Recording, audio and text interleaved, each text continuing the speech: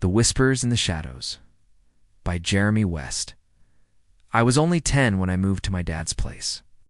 It was a small town where everyone seemed to know each other, except me. The only familiar faces were the family my dad was friends with, a single mom and her 3 kids. Among them was a girl a couple years older than me. We weren't close, but over time we ended up sharing the same circle of friends. Little did I know that this casual acquaintance would lead to a nightmare that still haunts me to this day. It was a chilly December evening, the kind where frost clings to window panes and the air bites at your skin. I remember sitting in my room listening to the wind howl outside. A shiver ran down my spine. Not from the cold, but from a sudden sense of unease. Something felt off. The Prophet Muhammad once said, "Trust your instincts, for they are messages from Allah." If only I had heeded that warning. Later that night, I learned that my friend Rob had been hanging out at their house. The mom was working late as usual. She had been helping a woman through her job, a woman with a troubled past and a sister recently released from a mental institution. The air grew thick with tension as I recalled this detail. My heart began to race. The pieces of a horrific puzzle were slowly falling into place. A knock echoed through their empty house. My friend thought it was her mom. She opened the door without hesitation. Rob panicked and fled through a window. He never looked back. Never realized the horror he had narrowly escaped. The visitor wasn't her mom. It was the sister, the one from the institution. She had learned their address, their schedule, everything. What happened next is a blur of nightmarish details. Screams pierced the night. The younger brother managed to escape to a neighbor's house. But my friend, my poor friend, she didn't make it. The police found her body a week before Christmas, decapitated, naked in a bathtub, her head hidden among wrapped presents. The brutality of it all still makes me sick to my stomach. I wasn't allowed to attend the funeral. Perhaps it was for the best. Some images are better left unseen. Years have passed, but the questions still linger. Why her? Why that night? The Quran teaches us that every soul shall taste death, but no one deserves to taste it like that. In the darkest hours of the night, I still hear phantom knocks at my door, and I wonder who might be waiting on the other side. The Watcher's Gaze by Daniel McKay. It was a crisp winter evening when my wife's grandmother set out from the library.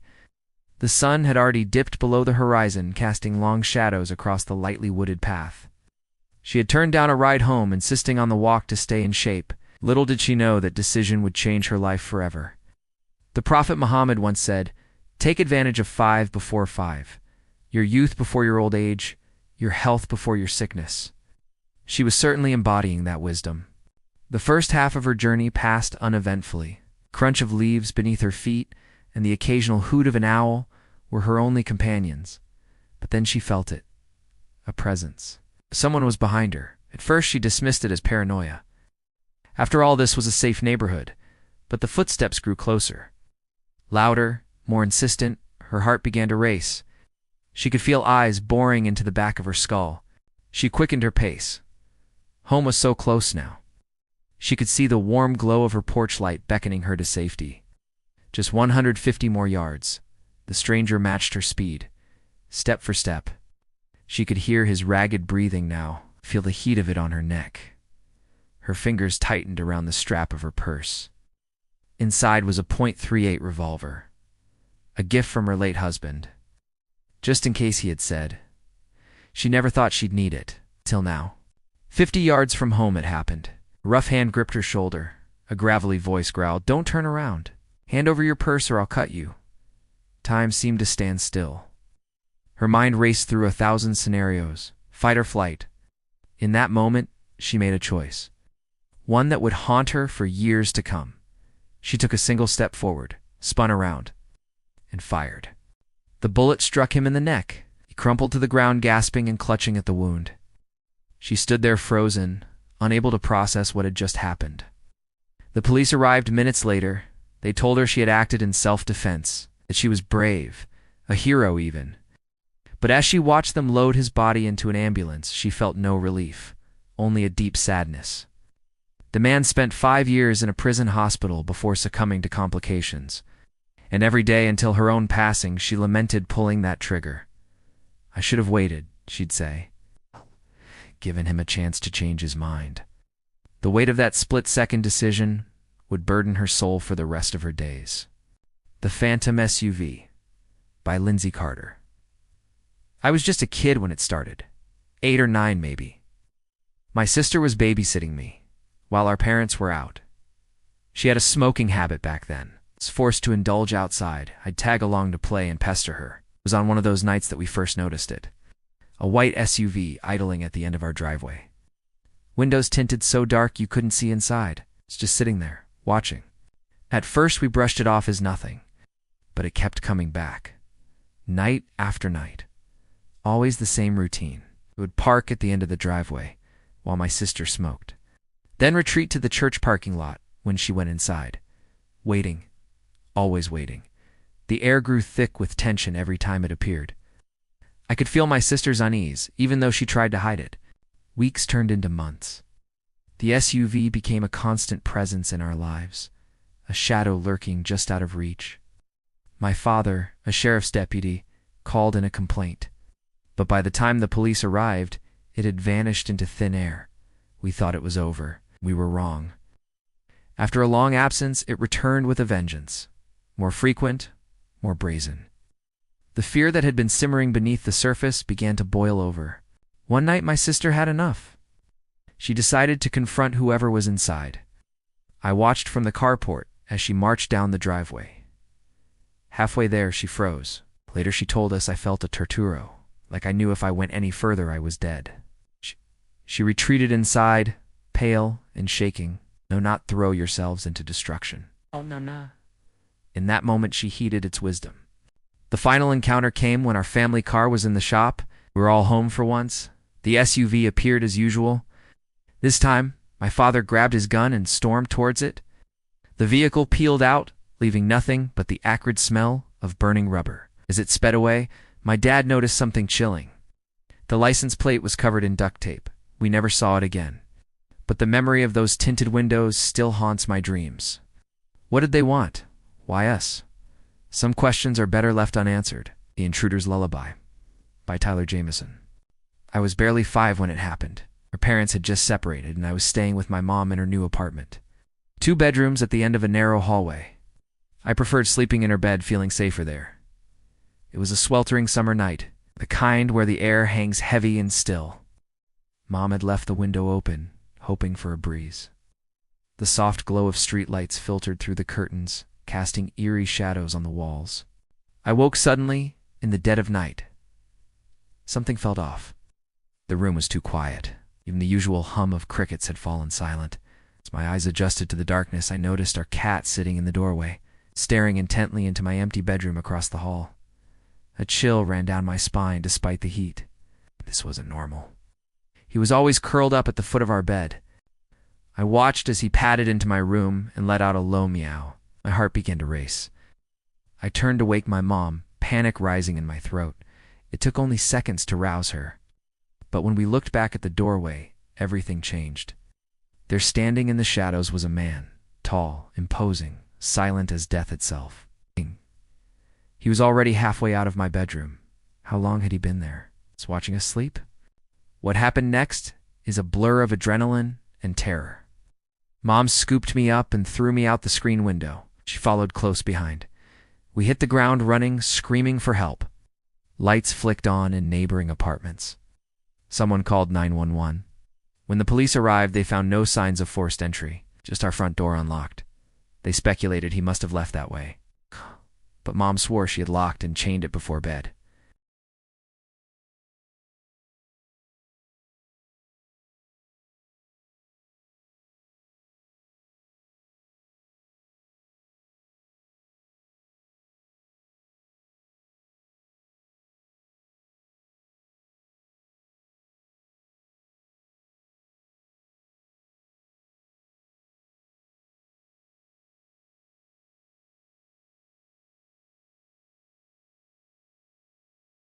The Whispers in the Walls by Caleb Jennings.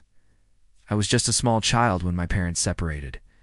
My mother and I moved into a modest 2-bedroom apartment on the ground floor. Though I had my own room, I always preferred sleeping in her bed. Felt safer somehow. Our bedrooms faced each other at the end of a narrow hallway. I remember it was midsummer and Mom had left the window open behind her headboard to let in the night breeze. That fateful night I woke suddenly. As I sat up, I noticed our cat sitting in the doorway, staring intently into my room. This was odd, as he usually slept curled up with us. I watched as he padded silently into my bedroom and let out a soft meow. A chill ran down my spine. Something felt very wrong. I turned to wake my mother, asking what was happening. In those few seconds it took her to stir, I looked back towards the door. My blood ran cold.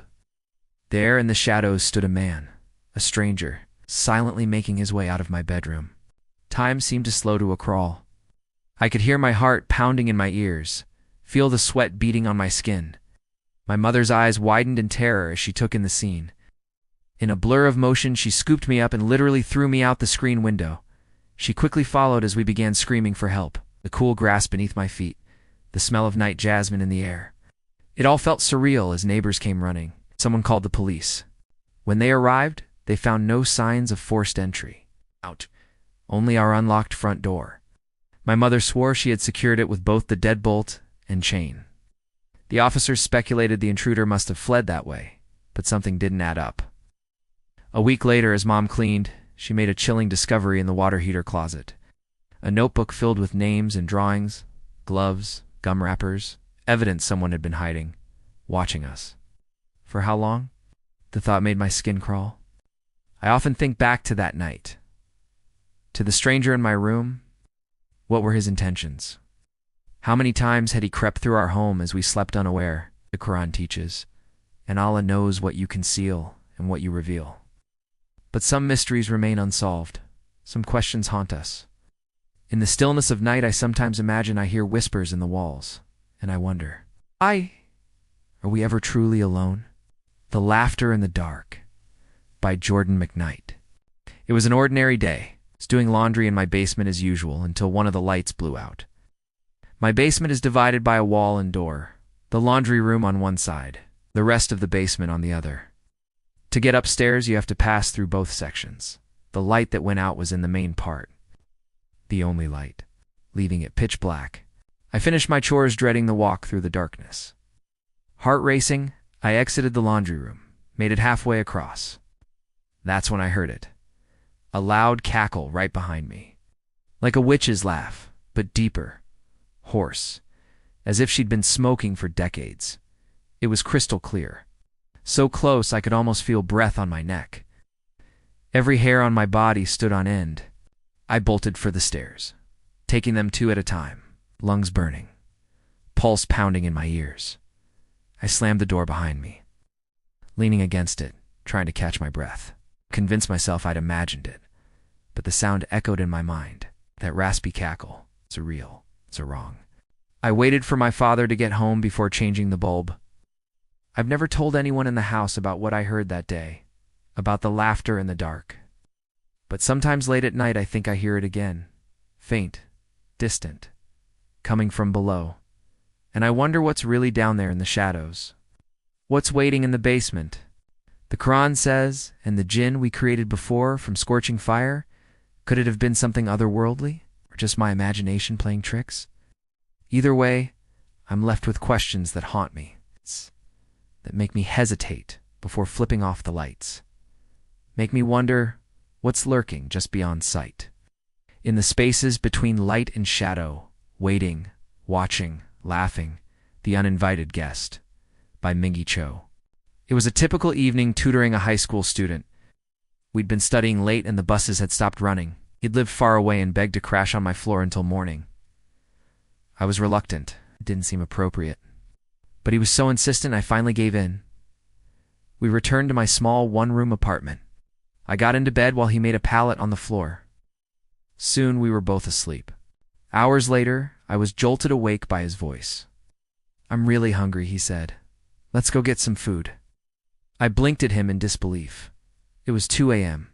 I told him to go back to sleep, but he kept pushing, insisting we go to the 24-hour place down the street.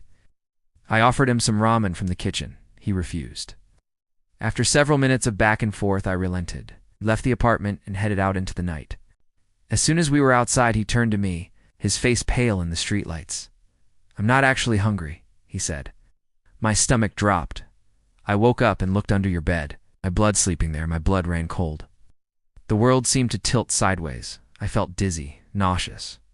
How long had he been there, watching me sleep? The police discovered a homeless man had been living in my apartment, under my bed, for 2 months. I couldn't stay there after that, knowing a stranger had invaded my space. My sanctuary had been there all along as I went about my life, oblivious. I'd felt so safe, so secure. But it was all an illusion. The Hadith teaches none of you should stay alone in a house. How right that warning was. Even in our own homes, we're never truly alone, never truly safe. Now I check under the bed every night, peer into dark corners, listen for any out-of-place sounds, but the fear lingers. The questions remain. How many other uninvited guests are out there, hiding in plain sight, waiting for their moment to reveal themselves? And would we even know if they were there? The Trap on the Road by Mason O'Donnell. I was driving a shortcut from 29 Palms to Albuquerque.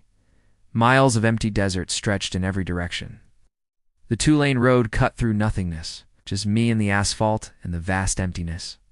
As I crested a hill, I saw something in the road ahead. My hands tightened on the wheel as I slowed to investigate. A red Pontiac Fiero sat sideways across both lanes. An open suitcase. Clothes scattered everywhere. 2 bodies face down in the road. A man and a woman. I stopped 100 feet away. The hair on my neck stood up. Something felt off. Too perfect. Like a scene from a movie. My instincts screamed danger. I reached under the seat for my 9mm. Chambered around. Scanned the area for any movement, any sign of a trap. I mapped a path in my mind. Past the man on the left. Swerve right around the woman. Floor it to the other side. Heart racing, I dropped into first gear and gunned it. Following the line I'd planned, I blew past without hitting anything. Didn't stop until I was well clear. Looking in the rear view, I saw the bodies rise to their knees. People emerged from the grass on both sides of the road. At least 20 of them. My foot slammed the gas pedal to the floor. I didn't let up until I hit the interstate, adrenaline coursing through me, and shaking on the wheel. I'll never know what would have happened if I'd stopped, if I'd gotten out to check on them. The Quran warns, and do not throw yourselves into destruction. How close had I come? Ow. What fate had I narrowly escaped? Even now, years later, the questions linger. What were their intentions? How many others fell for their trap? And are they still out there? Waiting on some lonely stretch of road for their next victim? The Screams in the Night by Tyler Raines. It was supposed to be a relaxing night of fishing on the James River, a group of us sitting around a campfire. Idle chat and cold beers. The gentle lapping of water on the shore. Then suddenly conversation stopped, like a switch had been flipped. We all found ourselves staring across the river. Uneasy feelings settled over us, as if something was staring back. Some of the guys tried to shake it off with jokes. That's when we heard it. A blood-curdling scream from the other shore, like anything I'd ever heard before.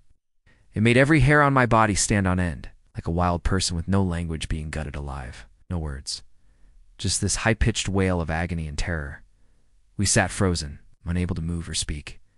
Then a second scream, even more forceful than the first.